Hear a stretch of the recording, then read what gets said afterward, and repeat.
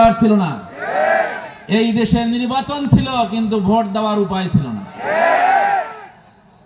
এই দেশে হাজারো মায়ের কোল খালি হয়েছে এই 15-16 বছরে।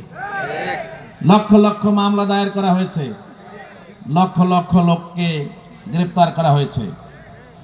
এই 15-16 বছরে আমরা দেখেছি বিডিআরের হত্যাকাণ্ড হয়েছে। এই হত্যাকাণ্ডের মধ্য দিয়ে 57 জন দেশপ্রেমিক দক্ষ চৌকস সেনা অফিসারকে হত্যা করা হয়েছে। হাজার হাজার বিডিআর সদস্যের নামে মামলা দিয়ে গ্রেফতার করে জেলে পাঠানো হয়েছে। পুরো বাহিনীটাকে চিরতরে ধ্বংস করে দেওয়া হয়েছে, ভারতের তাবেদার একটি বাহিনীতে পরিণত করা হয়েছে। আমরা দেখেছি এই 15-16 বছরে হেফাজতের উপরে নির্মম হত্যাকাণ্ড চালানো হয়েছে।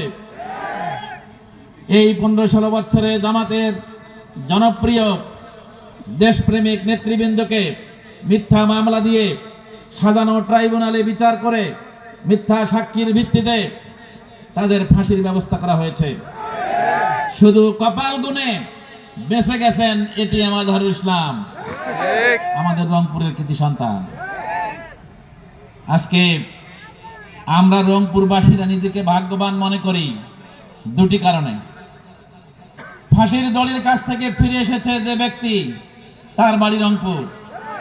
আর গত বছরের জুলাইয়ের আন্দোলনে যার শাহাদাতের মধ্য দিয়ে এই আন্দোলন বেগবান হয়েছিল, বাংলাদেশ দ্বিতীয়বার স্বাধীন হয়েছে, সেই আবু সাইদের বাড়িও রংপুর।